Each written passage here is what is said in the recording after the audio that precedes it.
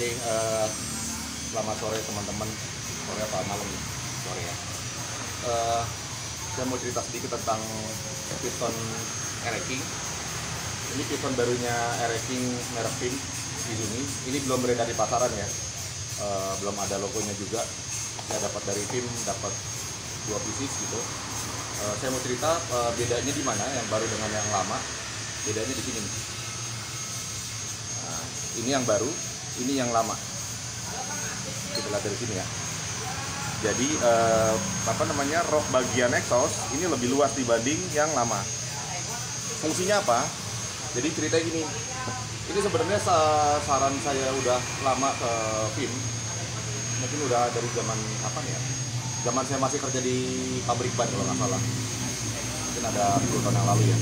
Jadi saya sarankan PIM untuk bikin piston Air-King seperti ini. Kenapa alasannya? Jadi per beberapa tahun yang lalu itu atau di saat saya masih kerja di pabrik ban biasa ini, saya udah rutin melakukan overhaul terhadap keblok motor termasuk Air-King. Di situ saya udah bikin exhaustnya model exhaust NSR-SP. Nah cuma memang kalau untuk exhaust yang lebar seperti ini, jadi dibikin exhaust seperti NSR-SP itu dikasih tiang ya, kasih tiang gini. Maksudnya adalah supaya lebar lubang buang bisa dibuat lebih lebar dibanding kalau kita pakai single port, single exhaust gitu. Nah kondisi seperti ini tuh bisa bikin motor torsinya naik, torsinya bagus.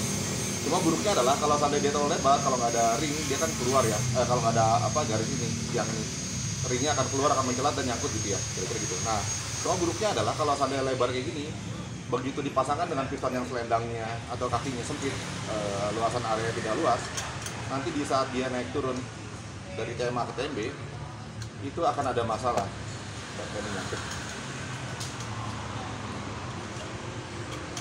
Ya. Jadi di saat dia bergerak dari TMA ke TMB sini, ini akan ada sisi coakan yang di bagian clip pen ini bocor nih.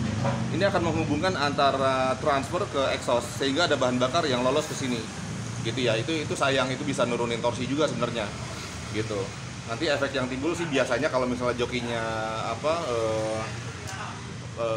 feelingnya kuat, dia akan ngerasa bawahnya motor ada lemot gitu. Akhirnya mekanik ngasih jalan, pilotnya dinaikin, digedein gitu ya, karena memang ada kebocoran bahan bakar, terutama di RPM rendah. Kalau RPM tinggi mungkin ada bocor tapi nggak terlalu terasa lah gitu ya.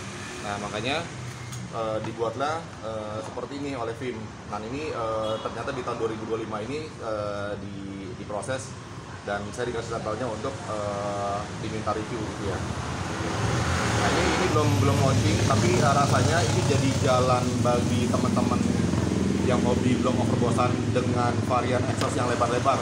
Ada yang bikin kayak NSR-SP, ada yang bikin 3 port kayak punya Ninja atau punya DZM gitu ya. Ini jawabannya seperti ini. Kalau seandainya pakai piston yang sempit, maka akan terjadi kebocoran. Sayang, torsinya akan hilang. Kira-kira gitu. Ya, tunggu aja tanggal mainnya. Menurut saya mungkin dalam waktu dekat dia akan launching. Dan ini kalau nggak salah varian ukurannya itu mereka janji sampai ukuran oversize 400 itu ada. Gitu ya. Itu aja.